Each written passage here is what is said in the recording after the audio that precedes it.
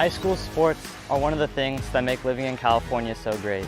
But sometimes the behavior in the stands can overshadow our achievements on the field. I love it when my parents show up for me. But being booed for missing a play could be crushing. And remember that refs are people too. They're trying their best to call a fair and correct game. Hey, and enough with all the swearing. No one should feel insulted or ashamed because of their race, ethnicity, or gender. We should be able to hold our heads high after the match, win or lose.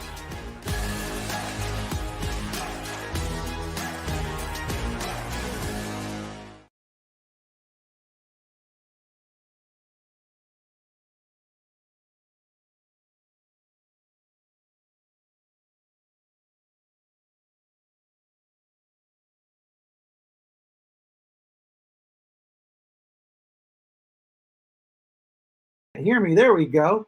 So welcome everyone to the SportsSceneTV.net weekly live prep sports show. I'm Anthony Serenana. A little different look this week. Try to maneuver so we can see the logo over my shoulder here.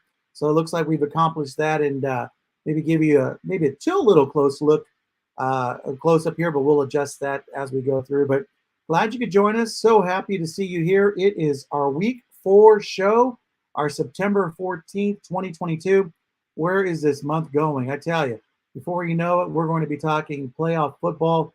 Right now, we're still in non-league season, but the way things are going, how fast it's going, we're going to be talking playoffs and, going right through it, talking state championships. And, wow, enjoy the time we'll have it together. And just want to remind you, if you want to check us out every Wednesday, our Prep Sports podcast every Wednesday at 7 p.m., right here. You can watch us on our website. You can go to SportsSceneTV.net. Also, you can follow us on Twitter and on Facebook. That's at SportsSceneTV. Mainly our Facebook page. You can see the live stream at SportsSceneTV. Twitter, you'll get all our announcements and updates, kind of like our news feed. So be sure to follow us on that as well. And then we're also streaming live on YouTube at SportsSceneTV1. And we even have Instagram, SportsSceneTV1 as well. So we hope you'll check in on that, like us, follow us, subscribe, get your notifications, so that way when we go live, you'll be the first to know. Also want to let you know that this is a great prep sports community. We want to see your comments, any questions that you might have. Big week coming up. We're going to talk more about it, and I'm excited. Segment 2, we're going to be talking week 4 football. That's going to include the big rivalry games in the Chino Valley. That makes the milk can game and the battle for the bone game. And unfortunately, if you're a football fan and you wanted to check out both happening at the same night, too bad one of them couldn't have adjusted, but that's all right. You'll get to pick which one you want to go this year. And then, of course, you'll be able to see highlights here on our website and SportsSceneTV1, also on YouTube, SportsSceneTV1 as well. So we're glad you could join us. And again, stay tuned for segment 2 as we're going to talk to head coach of the Diamond Bar Brahmas, Matt Castaneda. I didn't get an opportunity. Well, when I got an opportunity to meet him, wasn't really putting two together with the name and the person. But the name, if you've been in San Gabriel Valley for a while and prep football, the name should sound familiar to you. And when we talk to head coach Matt Castaneda, you'll find out why. And then also, as mentioned in segment 2, or maybe even across breed into segment 3, Josh Thompson of the Champion Newspapers will be joining us to chat about Battle for the Bone and Milk Can. You got a chance to check out his article in the Champion Newspapers. Once again, as always, bravo to Josh with all the information. He's a walking encyclopedia. You saw him in our first podcast of the year. He's a know-it-all of information for sports, not only prep sports, but also professional sports. And so if you ever see Josh, make sure you chat with him and see if you can throw some Jeopardy sports questions, see how well he does. So a big jam-packed show today. We're glad you could join us. And if you want to join in on the conversation, all you have to do is just give Facebook and Twitter the permission to allow them to communicate with that. And that's by using the StreamYard app that we have. So You may click on it. It might say allow StreamYard access to view who you are. You click yes, cool little avatar will pop up when you leave your comments, and all of us can see it while we read it. So we're glad you could join us. And, a big week number 3 when it came to high school sports. I mean, the rain came in. It played havoc on some games, probably made a difference in quite a few of them with that ball being wet and that turf being wet. I had an opportunity to chat with a friend or co-host of ours, Brian Gillette. He brought up some tricks that the head coach over at Don Lugo, Greg Setlich, used to do. And he said it was a great way to keep the ball dry and a great way to keep the cleats from having buildup on them. And of course, with all the years of experience that Coach Gano has, him finding those little advantages in sportsmanship, it wasn't, it was surprising to find out just those small little things to make a big difference. So definitely glad to get the little insight on that. But with the rainstorms coming in, it made for interesting football. I know a lot of teams now using the artificial turf. So, the mud bowl games, as you would call them, with the heavy rain, because we did get a lot of rain. And I'm sure if they were playing on natural grass, the mud bowl games would have been on. And a lot of parents at home having to clean muddy jerseys, especially for those games where we had a lot of heavy rain in certain areas. So let's jump right into our week 3 highlights. And without further ado, let's take a look at week 3. And here we go.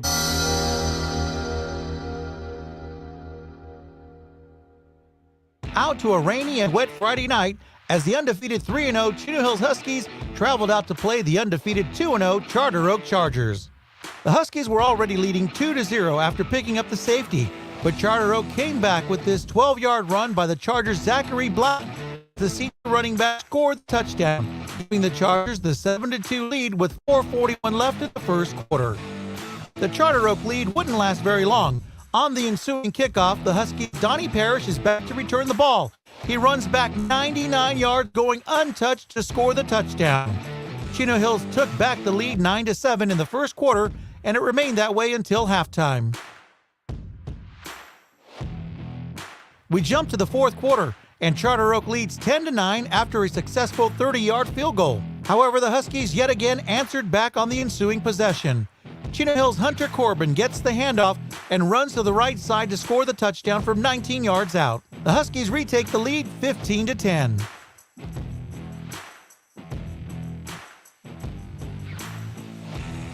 With 3:12 remaining in the game, it was the Chargers' power arm quarterback Richie Munoz who had to scramble and launch a 30-yard touchdown pass to Solomon Davis for the game-winning score. This seals Charter Oak's victory 16-15. Charter Oak goes into week 4 remaining undefeated 3-0, and Chino Hills picks up their first loss of the year, and their record is now 3-1. Charter Oak goes in week 4 remaining undefeated 3-0, and Chino Hills picks up their first loss of the year with their record now 3-1. We head out to another game featuring 2 undefeated teams, with the Ayala Bulldogs hosting the Monrovia Wildcats. The rainy and wet weather didn't hamper the Bulldogs as sophomore running back Anthony Hernandez gets the handoff and runs into the end zone for the 12-yard touchdown. Ayala takes the 7-0 lead with 8:18 remaining in the first quarter. Heading into the second quarter, the Bulldogs up 27-0 added more points to the board as the low snap got away from the Wildcats quarterback.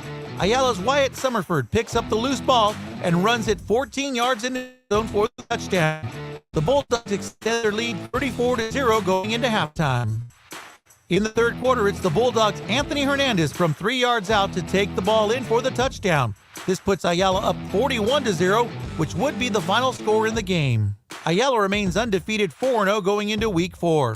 The Monrovia Wildcats are now 3-1. The Chino Cowboys travel to the city of Cerritos to play Valley Christian. The drive west on the 91 freeway didn't affect the Cowboys as they picked up their first win of the season with a victory over the Defenders 17-14. The Diamondbar Brahmas are off to a good start for the 2022 season. They took their undefeated 3-0 record to Montclair High School to play the Cavaliers. In the first quarter on 2nd and 20 from the Brahmas' 37-yard line, Montclair quarterback Eric Harrison found his wide receiver Elijah Tay who breaks a tackle and runs up the sideline to score the touchdown. Montclair takes the lead 7-0 with 9:17 left in the first quarter. Still in the first quarter, on 1st and goal from the Montclair 2-yard line, it was the Brahmas' Isaiah Young taking the handoff and running straight up the middle to score the touchdown. The Brahmas tied the game up at 7 with 2:29 left in the first quarter. With under a minute left in the first quarter, on 1st and 10 on the Diamond Bar 49-yard line, the lateral pass from Montclair quarterback Eric Harrison is dropped, and Diamond Bar's Isaiah Young scoops the ball and goes 49 yards untouched to score the touchdown. This gives the Brahmas the 14-7 lead with 23 seconds left in the first quarter. We head into the second quarter. Montclair had a bad snap on a punt that Diamond Bar recovered at the Cavaliers' 11-yard line. That's when the Brahmas senior running back Isaiah Young took the handoff and ran the ball into the end zone for his 3rd touchdown of the game. This put the Brahmas in the lead 21-0 with 8:22 remaining in the second quarter. The Brahmas would go on to win the game 34-7 and remain undefeated 4-0. Abraham Mejia started his second consecutive game, passing 13 of 21 with 143 yards passing and 1 touchdown. While the Brahmas' Isaiah Young had a big game, scoring 4 of the game touchdowns for Diamond Bar. The Diamond Ranch Panthers picked up their first win in Week 2. However, in Week 3, they were unable to get the W as Moreno Valley was victorious over the Panthers 32-14. Out to Orange County, where the Damien Spartans face another strong opponent, Orange Lutheran. The Lancers come out with the victory 26-20. It was another close-scoring game that Damien lost. Orange Lutheran is now 3-1, and their only loss came to another OC powerhouse, Edison. The Walnut Mustangs traveled in Week 3 to play the Roland Raiders, and the Mustangs' offense was unstoppable. Already up 13-0 in the second quarter, on 1st and 10 from the Raiders' 12-yard line, Walnut's Ethan Acosta Elizalde gets the handoff and swings to the right side and runs into the end zone to score the touchdown. The Mustangs lead the Raiders 13-0 with 7:55 remaining in the second quarter. Still in the second quarter, on 1st and 10 from their own 43-yard line, the Mustangs running back Dorian Hall gets the ball on the handoff and barrels up the middle and turns on the speed, where he's able to elude 2 Roland defenders and score on the 57-yard run play. The Mustangs would go on into halftime with the 25-0 lead. Moving to the third quarter, already up 33-0, the Mustangs extend their lead as Elias Rojas gets the handoff and swings left to the outside sideline and runs the ball in for the 11-yard touchdown. Walnut went on to win the game 40-0. Running back Dorian Hall had 12 carries for 9 yards and 1 touchdown. The Mustangs' record is now 3-1. We now head out to Citrus College as the Glendora Tartans host the Los Altos Conquerors.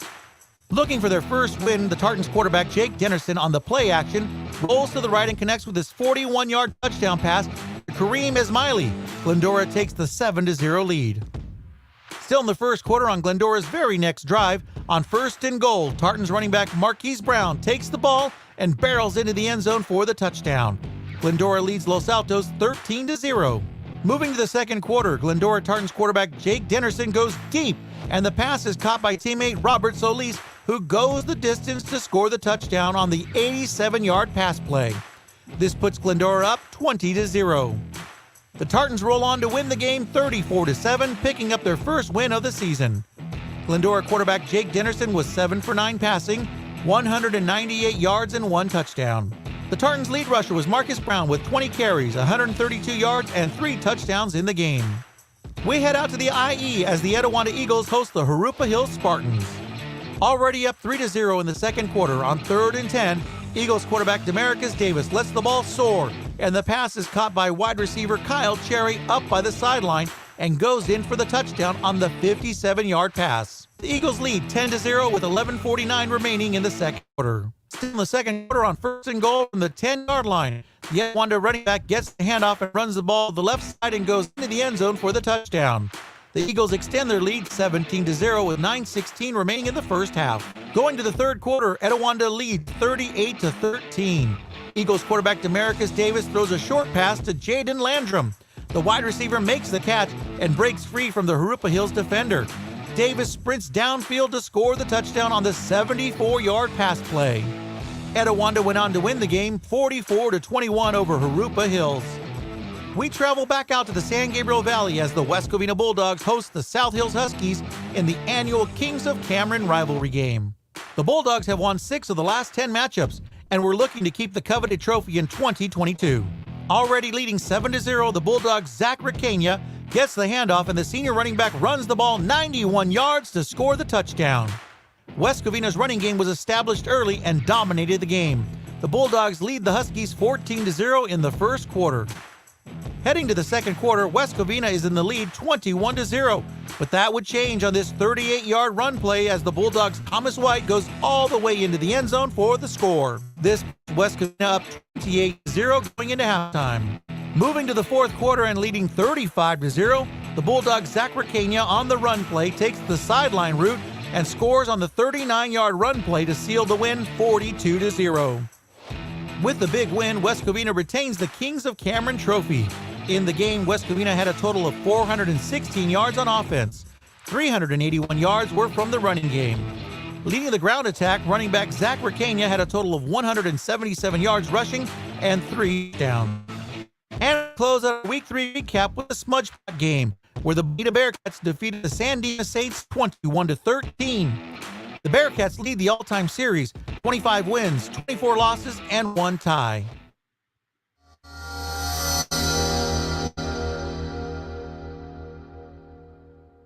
So there you have it. Those were the Week 3 highlights of the week, and you could tell in those highlight videos, the rain was really coming down, and it really did make a difference in some of the games that came down to the wire.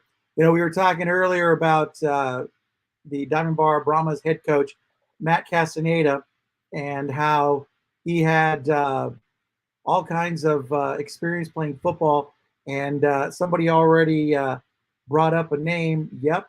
And Christopher Randazzo, name sounds familiar too as well, says love Gano. And that's right. Got to love Gano. And, you know, he was at Dunlugo for so many years as well and had an opportunity to, you know, cover the Conquistadors football, the wins that he brought, especially to see him when they were winning the milk can games, which ties into our later on in the Chino Valley. They're having their rivalry games this weekend or this Friday. But to see the emotion from Coach Gano in that first victory of the milk can game, he said, you know, this means a lot to the kids. I'm barely brand new here. And just to see them win brings the emotion to me. And now I really understand what the feeling is for these kids. And he got emotional. It was great to see. So Christopher Randazzo definitely, with that comment, love Gano. And he definitely is, you know, still a part of prep sports. And this time, though, in girls softball. So, and I believe we also make mention when we talked to head coach Matt Castaneda about that. And in fact, Josh Thompson, who'll join us in a little while as well, we can talk to him and see if he gives us a Gano update. So thanks, Christopher, for your comment. If you do have a comment, please let us know. Just go right into the comment section, whether it's on YouTube, Sports Scene TV 1, or on Facebook on Sports Scene TV.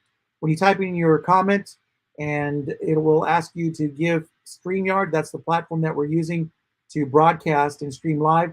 Just give it permission, and all it's going to do is put your avatar and use your icon there. So when we put up your comment here, we'll show you again, like Christopher's.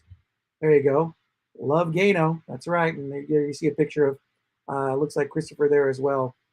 So definitely want to see and hear from you and get your thoughts on the Week 3 games and the upcoming games as well. So we're going to take a quick break. When we come back, it's the opportunity to talk to head coach Matt Castaneda of the Diamond Bar Brahmas, who are off to a hot start, 4-0. So don't go away. Segment 2 coming right up. You're watching the SportsSceneTV.net weekly prep sports podcast live streaming here on YouTube and on Facebook. Don't go away. We'll be right back.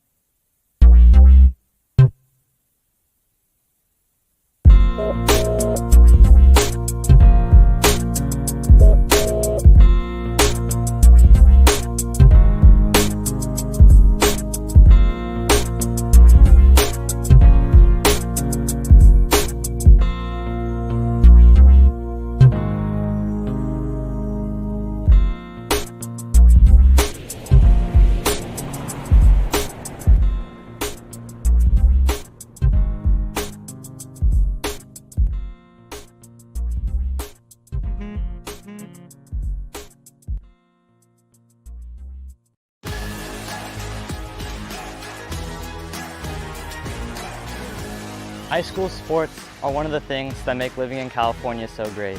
But sometimes the behavior in the stands can overshadow our achievements on the field. I love it when my parents show up for me. But being booed for missing a play could be crushing. And remember that refs are people too. They're trying their best to call a fair and correct game. Hey, and enough with all the swearing. No one should feel insulted or ashamed because of their race, ethnicity, or gender. We should be able to hold our heads high after the match, win or lose.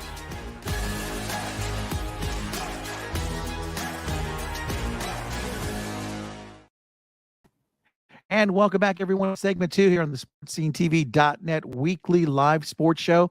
I'm Anthony Serenana. In segment 2, we always have an opportunity to have an interview. And today, no exception, we have the great opportunity to speak to the Diamond Bar Brahmas head football coach, Coach Matt Castaneda. Coach, thanks for joining us. Really appreciate it.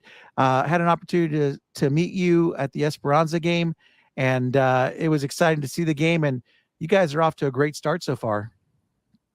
Yeah, no, thank you for having me. It's my pleasure. We are off to a pretty good start. I think one of the better years we've had in recent memory for sure. Starting off 4-0 is a big deal, especially in the community. I came in here back in, February. I was hired and I had a chance to meet with the team, and I just felt really good about just the positivity, the commitment of the seniors, the whole entire school from the admin all the way down. It's just been a really a great start for the program. So I'm really excited about that, and I couldn't be more excited just to get the season going. After not being able to have a COVID year 2 years ago, then last year I was at Roseman, then coming here, it's just been a really great transition for me. So couldn't be happier. Well, Coach, you're no stranger to the area.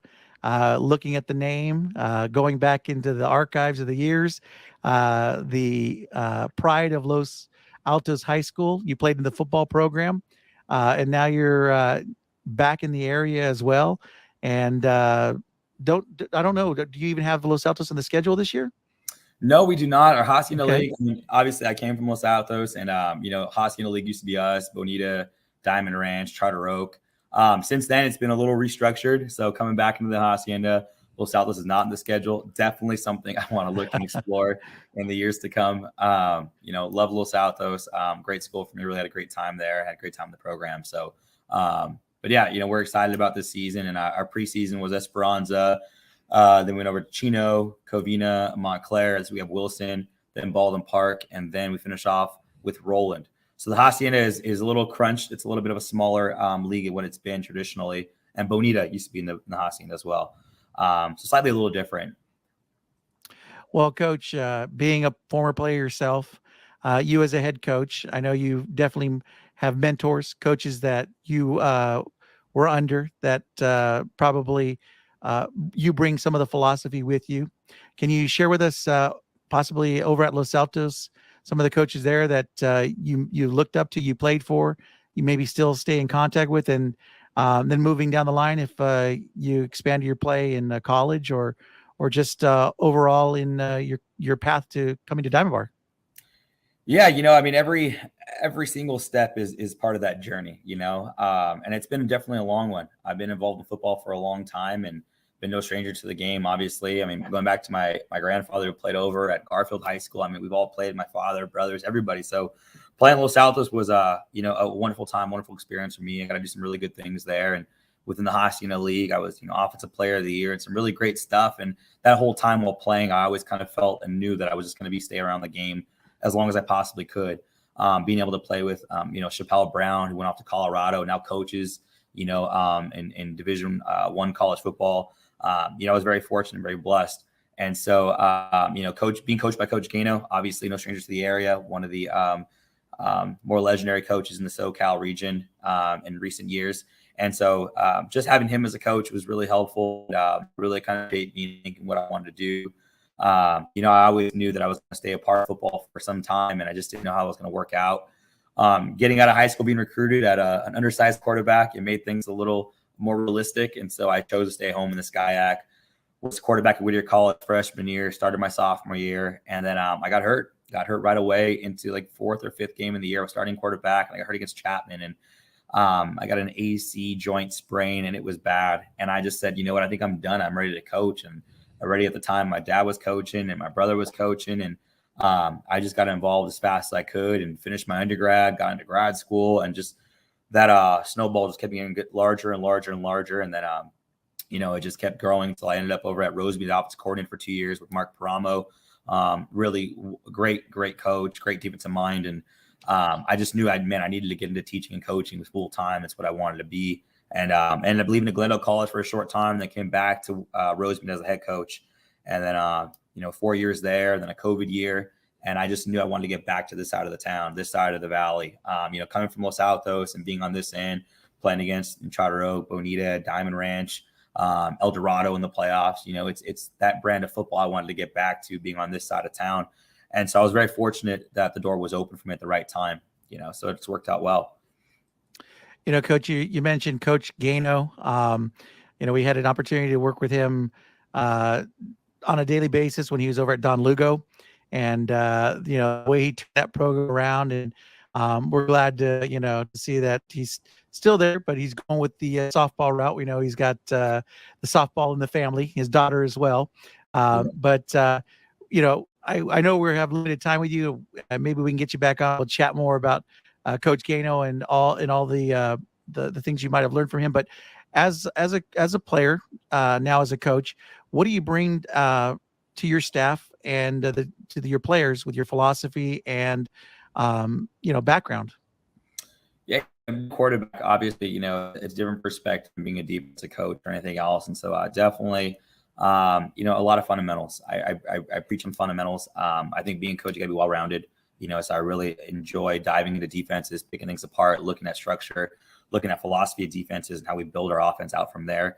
But, confidence is a big thing for me. Being able to have confidence as a program, confidence as a team just leads and breeds, and it keeps flowing and flowing. And I can remember having that at Los Altos. It was just something we just knew on the field that we were going to play this type of ball.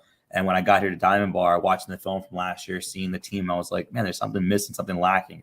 And so I'm very fortunate, very thankful that when I stepped on the field here, stepped in the class and waiting with these guys, that they're taking on my personality, they're taking on my enthusiasm, my high energy, accountability, all these things you want to see in a program. It really resonates in everything that we do. I have a good group of assistant coaches that are really also on board with that same kind of mentality.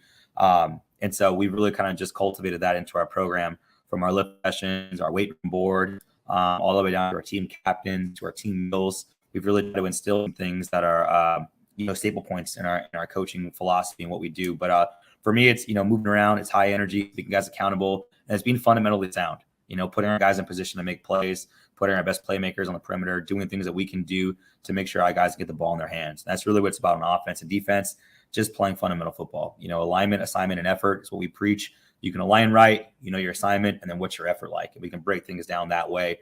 And again, very fortunate the assistant coaches that we have that can implement that and then are on board with that same thing too.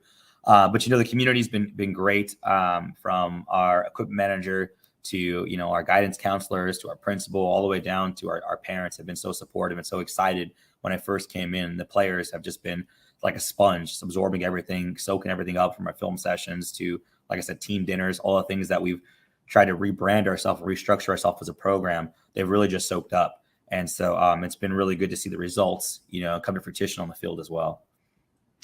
Let's go ahead and dive into your team here. Let's start off because, of course, offense is what everyone sees in the paper and sees what goes on. So let's dive into that. A nice group of kids that we've seen so far on the offensive side. We understand your starting quarterback is injured, but you have a young man, Abram Mejia, who has stepped in and really has taken charge in that position. And also to chat with you about the young man, Maddox Bernardino. His name's come up with some really high numbers in the reception area. And then just last week in that game that you guys had where Mr. Isaiah Young with 4 touchdowns, a superb game. Let's break down your offense and talk about some of those young men and the others that are the makeup of your team. Yeah, definitely. I mean, we pride ourselves in running the ball. Obviously we're a spread team, but you want to run spread, you got to run the ball a little bit. So it really starts up front. I know we got the highlights with Maddox and Kai and Isaiah, but it's really up front. I'm very fortunate to have a really strong lineup anchored by our junior Nolan Kim, our center. He's 6'3", about 290. I mean, the kid is just a monster. We're really excited for him. And then Jake Reiki, a right tackle, and then Luke Moe. And those are sophomores too. I'm sorry, juniors that were sophomores that were on varsity. So when I got them, I knew we were going to have a pretty solid line up front. And then Joe Song and Logan Kim. So a pretty solid group of linemen that kind of anchor that front. Like you said, we did have our returning QB go down in the second series of the Chino game. And it was something we preach all the time is adversity. Hey, next man up, next guy got to go. And so Abram got some reps on JV last year before I was here. He's not necessarily a QB, but, we kind of were thankful and blessed the fact that I coach QBs and I was able to kind of get some reps with him early in the summer. And so he jumped in and was just able to roll and got the offense moving. And so, we've got 3 wins under our belt with Abram, our backup QB, at quarterback. But again, that comes with having guys that can make things happen outside. And that's obviously Maddox Bernardino. In my book, obviously one of the better players in the area. I mean, his numbers showed it this season already. Kind of under the radar guy last year, didn't get too much notoriety, but this year obviously popped out. SoCal Athlete of the Week, leading the state in receptions after week 3. Production slowed a little bit with our backup QB who played things a little safe. And so he's just a guy that's now playing both sides of the ball. He's wanted to play safety, so he has a few interceptions, kick return yards. I mean, he's a guy that I saw last year, and I was like, who the heck is this kid? How come I never heard about you? Being on the west side of the SGV, I was kind of like, dang, you have all these kids in your roster. How come I never see these kids before? The other one obviously is Kai Jenkins, another guy that, is a slot outside split receiver at times too, but another playmaker, trying to get the ball with both of those playmakers. They both make plays. I mean, Kai had a great game against Covina and just against Montclair, making some really tough catches. And then, of course, our tailback, Isaiah Young, and he's a great story too, because he's a guy that, wasn't really in the game that much at all last year. Didn't see too much playing time at all on both sides of the ball. I mean, a handful of carries, maybe under 5 or 6 carries the entire season. And when I came in, everybody's like, oh, you lost a tailback. And then boom, I see this kid come out. I'm like, that's our tailback. That's our tailback in our offense. And Isaiah has just really just been great for us. Obviously, he had a great monster game, 3 touchdowns, fumble recovery, 4 total touchdowns. He's a patient runner, makes good cuts, not the biggest guy on the field, but, in our offense, that's all we need. And again, that's brought to us by the guys up front. And so those are kind of our guys that have really been able to step forward. We have a really good tight end. In Nathan Daniels, who's really been an anchor our line, being able to come out on 10 personnel and spread, then going back into 11 personnel with a tight end and 12 personnel with 2 tight ends has really been beneficial for us too. So it's been really great to see those guys, see them in the spring, see them in the summer, then all of a sudden they put pads on and they're being productive, so that's good. So let's not neglect the defensive side because, when you talk about football, that argument is defense wins championships. So let's go ahead and break down your defense and let's chat about some of those young men and the hard work they've been putting in. Yeah, all our credit, really goes to our program and what we're building here. We're trying to play a fundamentally sound football, not doing too much on defense, bend, don't break. We're trying to make sure we're gap sound. But that comes, again, from having a really good defensive coordinator, a guy I coached with last year at Rosemead, Jasper Chavez being our DC. He's really brought a good brand of football, kind of a hard-nosed downhill. He just finished playing over in college at Kansas Wesleyan. And so great to have him on staff, high energy. And so it's really anchored by our middle linebackers, only a sophomore, Matt Galvan, guy who was one of the top players on the freshman team last year. We saw him in the spring and we're like, I think that guy's our Mike. And he's just played lights out for us. He has, several sacks already. He's leading our team in tackles, and he's only a sophomore. So the ceiling's really high for him. And then we have, some really good defensive ends and Alex Shao, and then Julian Martinez and Luke Moe, Joe Song. Those guys up front are really getting it done. And on the back end, we have another sophomore, Brian Vu, playing corner for us, who's doing a really great job. Just again, not letting any balls over the top of him. Playing bump and run coverage with him. And then we also have Matt Molina, Kai Jenkins, and then Max Bernardino backing up as well. So they've been great. They've been, very, very strong. When we've slowed down our production on offense with our backup QB, play things a little safer, they've been the ones that have been able to get turnovers for us and, make the game a lot more competitive for us. So it's been really solid to see both sides of the football be competitive. Well, we're pretty close to wrapping up here. Only a few minutes left here, and we should let everybody know Coach was gracious enough to take time out of his day to chat with us, and we want to appreciate that and be mindful of your time.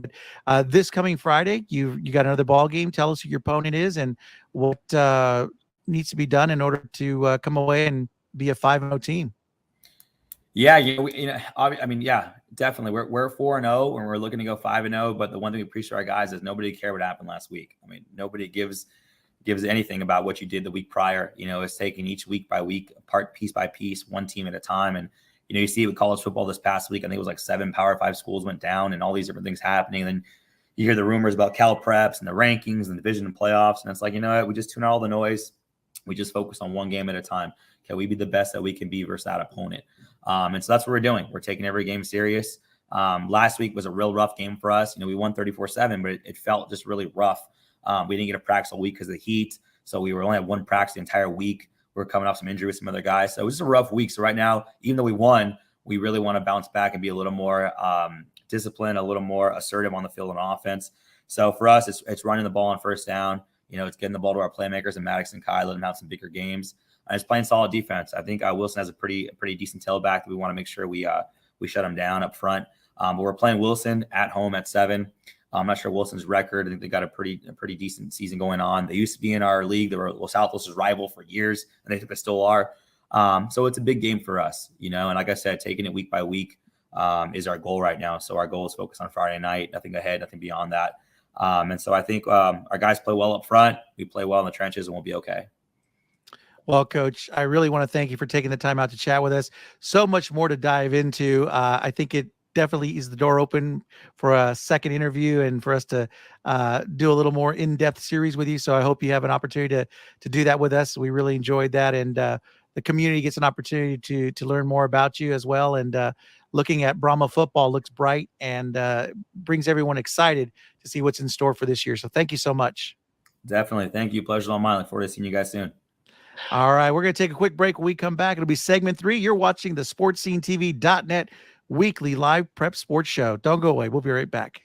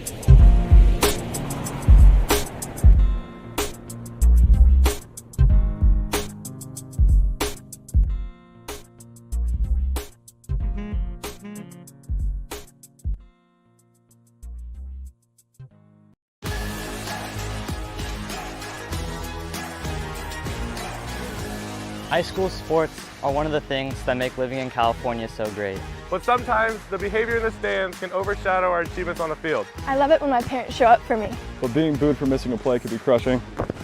And remember that refs are people too. They're trying their best to call a fair and correct game. Hey, and enough with all the swearing. No one should feel insulted or ashamed because of their race, ethnicity, or gender. We should be able to hold our heads high after the match, win or lose.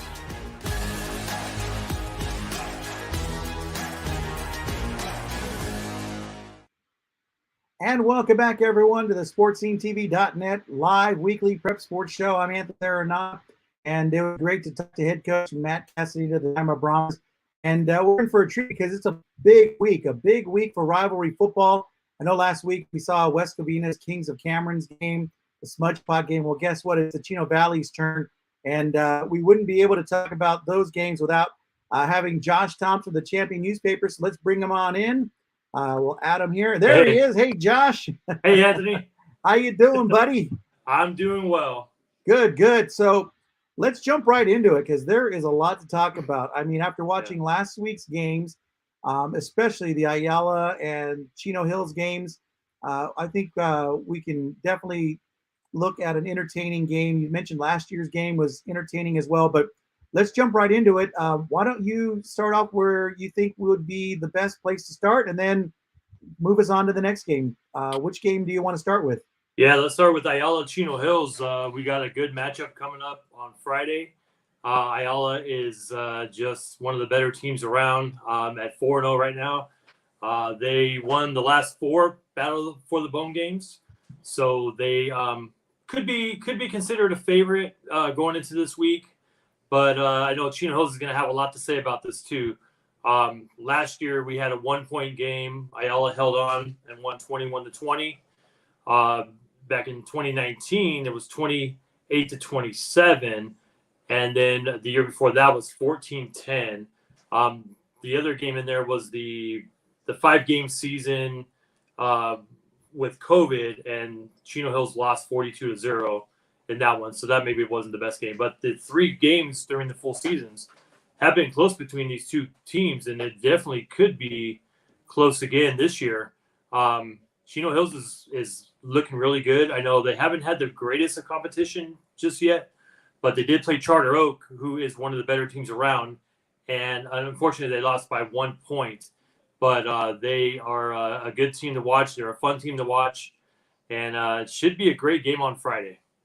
Yeah, I'm throwing in some past games of Battle for the Bones that we have on our YouTube channel. So that's what you're looking at. But, looking at both of those teams coming in, you talk about quarterbacks. And there you saw, Cole McCain there, but now you got Brian Wilson, who's the quarterback. And, I was talking to our mutual friend, Brian Gillette, and he was saying, it's unique to see a team that has a freshman quarterback starter like Ayala has, and just to see them move on, progress.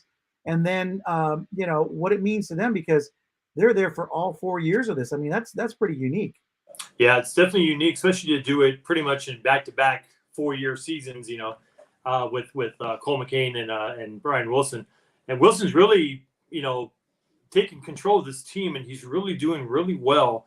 They move the offense well. He's finding his receivers. His receivers, I mean, he's got a whole core of receivers that he can throw to. They're all very capable of catching touchdown passes. He's finding the holes. That's the big thing. It's trying to limit the interceptions, but also try to find those holes to pass through. Because when you're a good quarterback, we've seen over the years, Tom Brady's, the Peyton Mannings, those guys, they thread the needle with those passes, and he seems to be doing that pretty well. I know he does have a few interceptions under his belt, but they're winning games, and they can overcome those 4. I think he has 4 interceptions this year. They can overcome those because he is such a dynamic player, and he's not just good with his arm; he's also good with his feet. I saw him. I think it was in the Chino Hills game last year.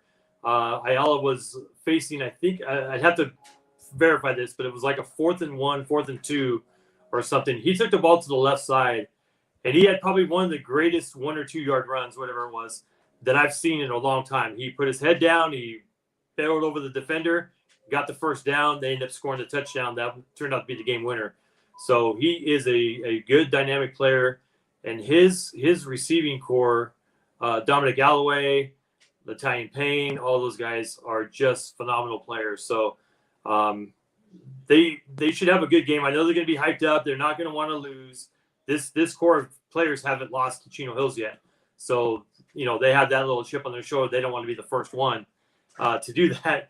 But Chino Hills is going to have a lot to say too. We saw them, we've seen them play this season so far, and their defense looks just great.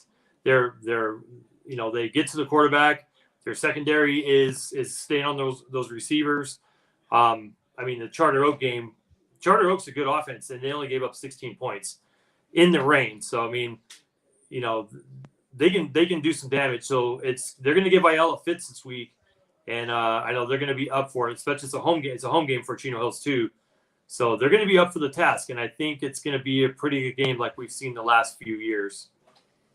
You know, I need to show you have your own fans out there. We have Christopher Randazzo. Josh is the man.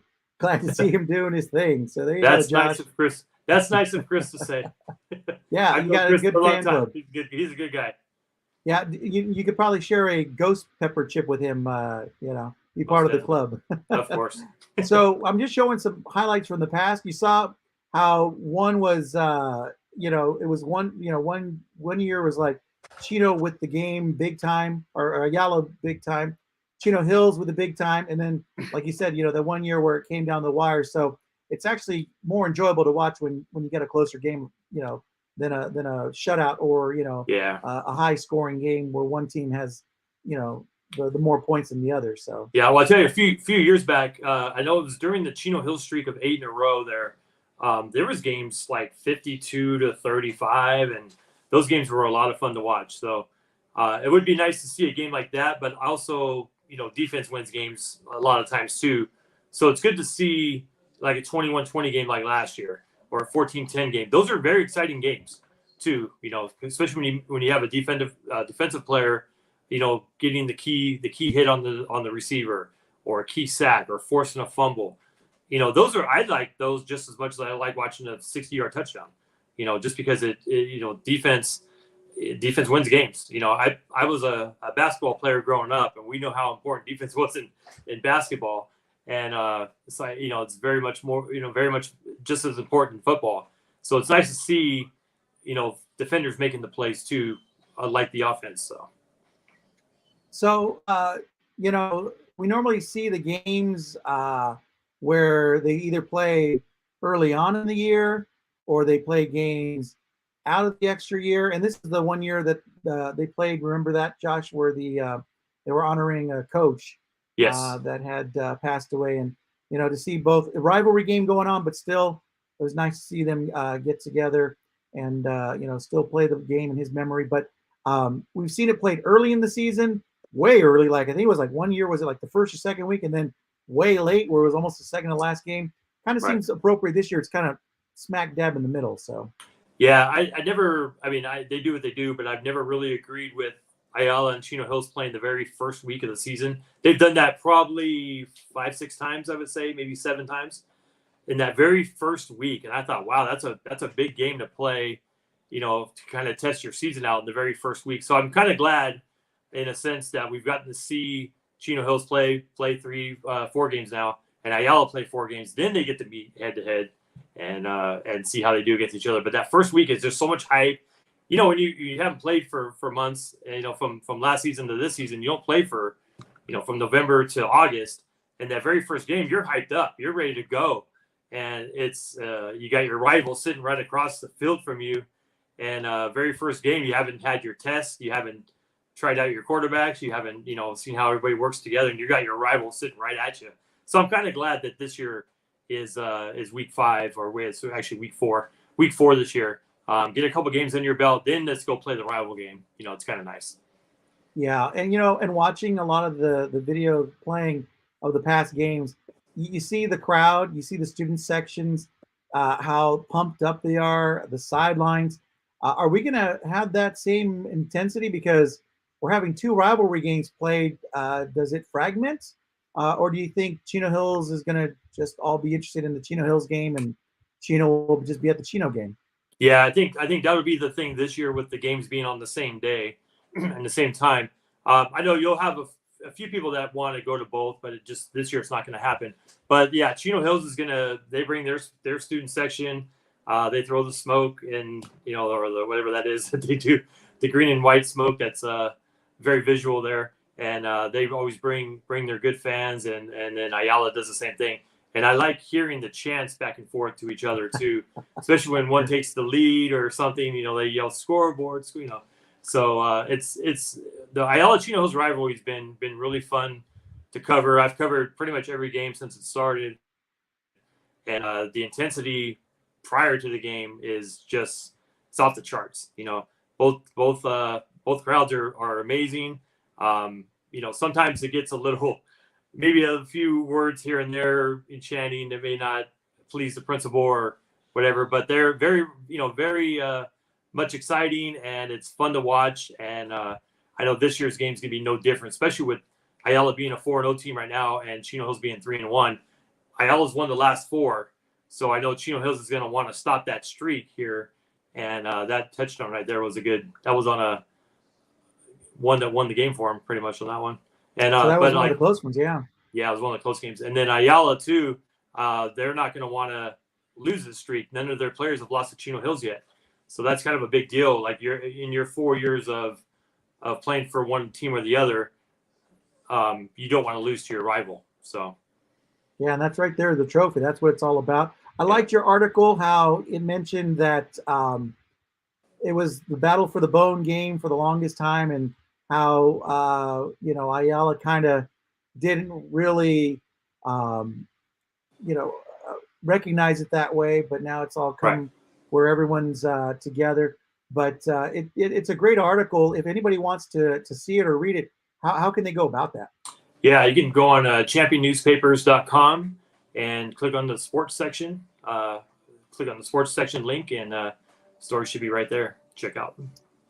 Awesome. And you'll be at the game covering it on Friday night, and then you'll have a partner helping you out to cover the other next game. Maybe we should transition to that one, and chat about the milk can game. In fact, real quick before we go into more of it, our segment 2 interview was with Matt Castaneda, a former quarterback at Los Altos, his head coach, his mentor, Coach Greg Gano, and we were chatting a little bit about that. And because of time restraint, we weren't able to get too much involved in it. But I was going to ask you how the coach is doing, and I believe he's sticking with softball, correct? That is correct. Yeah. Last year I think he was undergoing some health issues, and I think if I had heard the story right, I think he wanted to resign before the season last year in 2021.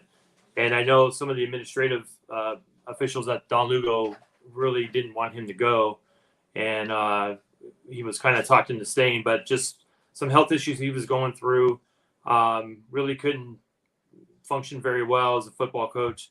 So he was kind of more, I guess, on a consultant role or something like that. But he was at a few of the games, and I know the coaching staff last year was, somewhat new, and they didn't really have a lot of time to prepare, and didn't really have the greatest of season that last year. I know they only averaged about 5.5 points a game, so it was just one of those kind of unfortunate years for Don Lugo there. But they have some great players that came back from last year. I known Aiden Machado since he was a little kid, because his mom used to work for us at the Champion, and he is a very much intense player. He's very good. He had a touchdown in their last game. He was playing little running back, had a 1-yard touchdown, so I was excited for him. But this year they have Rick Finch, and he's been in the program at Don Lugo for probably 20 years, maybe, coaching lower level, helping out the varsity. And he's got a good staff right now. Like you said, I mentioned Chris Randazzo is there. I think he's coaching some offense, and they're doing well. I was at the Hawthorne game a week ago. They didn't play this last Friday. They had their bye week, but the week before they played Hawthorne, and they ended up winning 40-0. And had one thing I was impressed by, they had 5 different players score touchdowns. That was pretty good. I like that. Spread it around a little bit. And they have a kicker, Mackenzie Aguilar, is one of the better kickers around. She had a 37-yard field goal and a 25-yard field goal, and was 5 for 5 on extra points.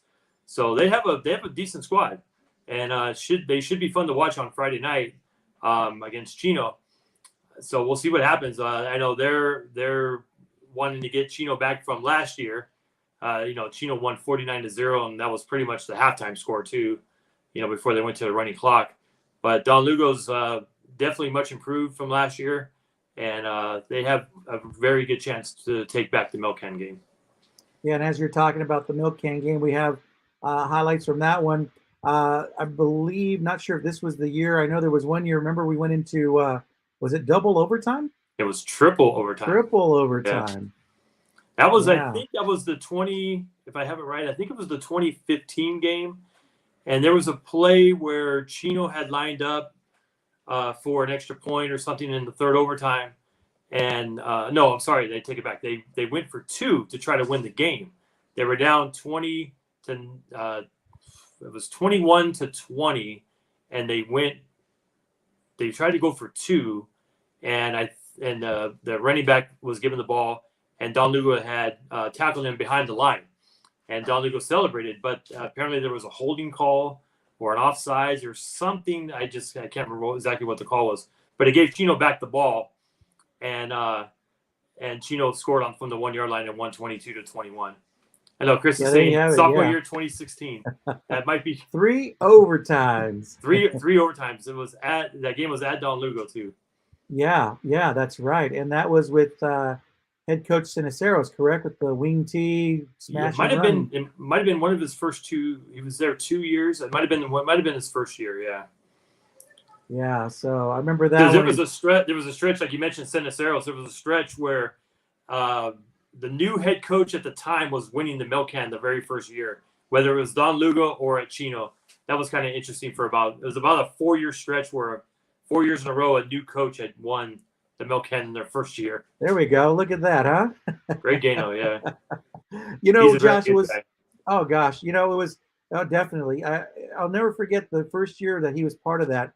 The emotion that he had, because he said, I know this means a lot to the kids.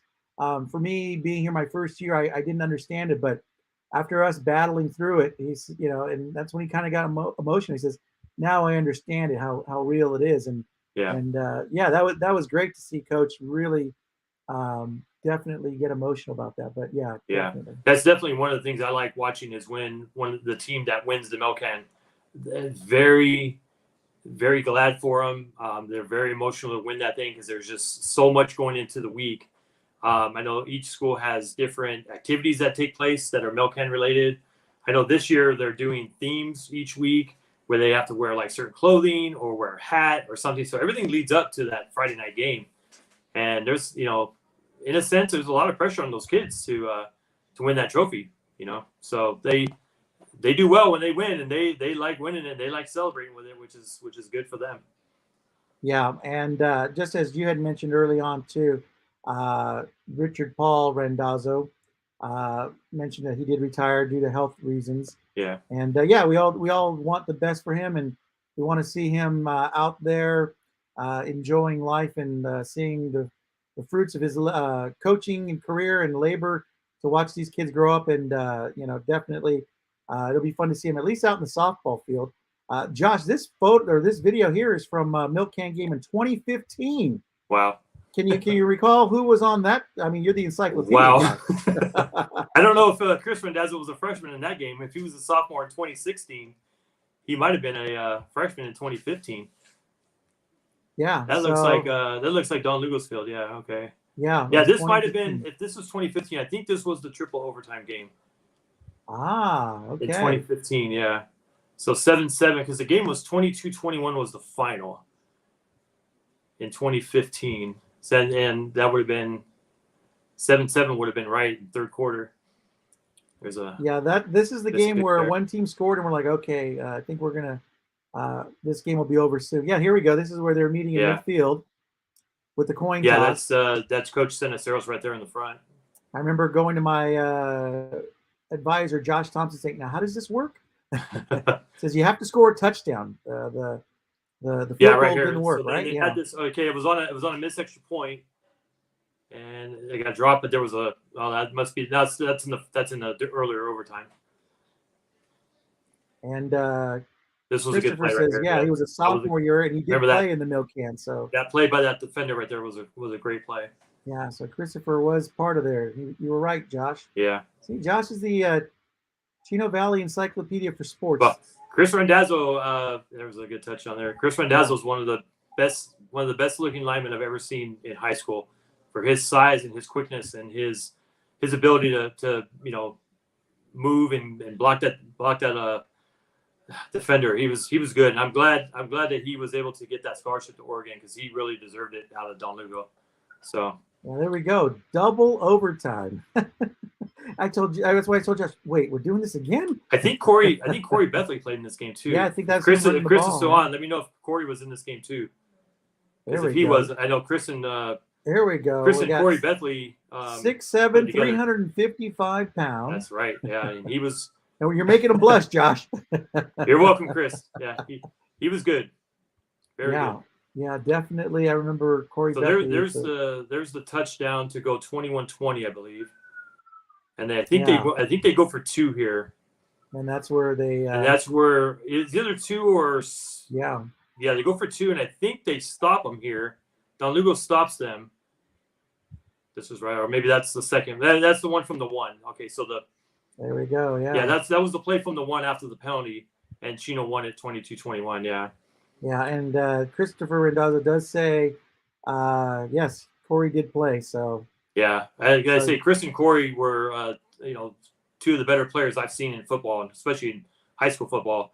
With Chris going to Oregon and Corey went to Hawaii. He's just now transferred to Arizona State. Corey's now there. Yeah. So, yeah, they were a lot of that team was a lot of fun to watch. Those 4 years of Don Lugo with those 2 guys were a lot of fun to watch. Well, I'll tell you one thing. Just going down memory lane, it just shows you how these rivalry games have a legacy and a history for everyone, and brings back brings back memories of packing in that stadium, watching a double overtime, and just recalling again, me going up to you saying, okay, wait, so now we're doing what? And then wait, we got to do this again. Right. It's almost like playing. It's almost like playing extra innings. You play, everybody gets a turn, and then whoever's winning at the end of the, both teams get possession of the ball. Whoever's winning wins the game. Yeah. So, yeah. Definitely, exactly. So, but I think it should be fun. You'll be out there, Josh, covering it for both sides. You'll have somebody out there as well to do the milk can game. Should be some fun out there, and look forward to it as well. Again, if anybody wants to watch the or get pictures or read afterwards, where can they go? We'll have photos and a recap of both the Battle of the Bone and the milk can game on our Facebook page, which I believe is Champion Newspaper singular. If you go facebook.com/Champion Newspaper, we'll also be in print the following Saturday with pictures and a story on both games. And Chris's Richard to say, Paul, so hard for me, Chino alum, kids at Luga. Yeah, he's one guy that played at Chino and played in the milk can game for Chino, but his son Chris is a Don Lugo guy, and his son right now is a lineman for Boomer, is a lineman at Don Lugo playing in his senior year. So he likes, I'm sure he's rooting for his kids, but yeah, I'm sure he's got Chino in the back of his mind too. Yeah, absolutely. Well, have a great Friday night, and we'll also be following you on Twitter, and then we'll be posting some items as well, of course, for Friday nights. While we have you here, why don't we just chat real quick and just go through the schedule for upcoming games? Obviously, the big milk can game, Ayala 4-0 against Chino Hills, 3-1. Another team that's playing some really good quality teams. Their record doesn't reflect it. 1-3 Damien versus La Serna, 3-1. It's a Thursday night game. Glendora 1-3 against Etta 1-2. Those are both opponents that Ayala has faced, and obviously come away with the victory. Rancho Cucamonga 3-1. They're going to be going up against Jay Sarah. And then Upland 2-2 against Aquinas. I believe we saw Aquinas play, or Kinnis play, one of the local teams here as well, right? I believe so. Yeah. Now I'm thinking which one it was. I know they played. They usually play Damien sometime in the year. Rancho Cucamonga, I think, is who they played. Yeah. So then we've got Los Osos. Los Osos 2-2 against Bonitos 2-2. They just come off a victory from their big smudge pot game. Claremont 1-1 against Altaloma 3-1. Charter Oak 3-0. They're going to go up against South Hills 2-2. That's a Saturday game. Now, only one of those rivalry games in the Chino Valley was a Saturday. I know. And then just when we spoke to head coach Matt Castaneda of the Diamond Bar Brahmas, they're hosting Wilson. Wilson's 1-3, Diamond Bar 4-0. Ocean View 1-3, going to see Walnut 3-1. Then Diamond Ranch 1-3 against Shadow Hills 2-2, and then Roland at Ganesha, and that's a Thursday night game. And then Sure, I believe, is that San Dimas Colony against Pasadena. Los Altos, Coach Castaneda's old alma mater against Rupa Hills. And then Rancho against Valencia, and that's a Thursday night game at home. So a lot of Thursday night, Friday, and even Saturdays. I guess it helps to spread the officials out. Yeah, two teams to watch out for: Glendora and Damien. Their records do not reflect how good they are, but as they get players eligible and everything, they're going to be really good teams. Matt Bechtel at Damien is one of the better coaches around. He was at Colony for a couple of years. He was at Chino Hills and got them to the semifinals one year, and he went to South Hills and won a state championship, I believe. And now he's at Damien, so he knows what he's doing, and that's going to be a really good team. Awesome.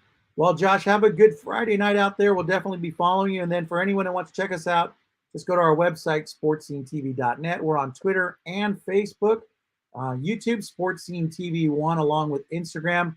Everybody's on Instagram now, right, Josh? Even you. I'm on. I have two accounts. I have a personal account, and I have a Champion Newspapers account on Instagram. Nice. Well, there you go. You can follow Josh. Double coverage. Right. Yeah. Mostly the same photos. Yeah, exactly. All right, well, we're going to call it a night. Josh, thank you so much for joining us. And we really appreciate you taking the time to sit back and go down memory lane with us and not only go over week 3 scores, also look up a week 4 coming up, and then the rivalry games that we had a chance to watch videos of. You can always check it out on YouTube. Our channel is Sports Scene TV 1. Until next week, everyone, we'll see you out on the football field. And have a great night and a great weekend, and take care. So long, everybody.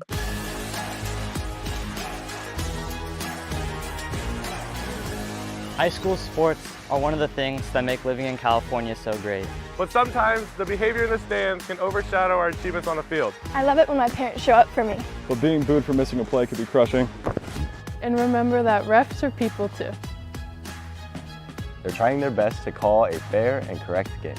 Hey, and enough with all the swearing. No one should feel insulted or ashamed because of their race, ethnicity, or gender. We should be able to hold our heads high after the match, win or lose.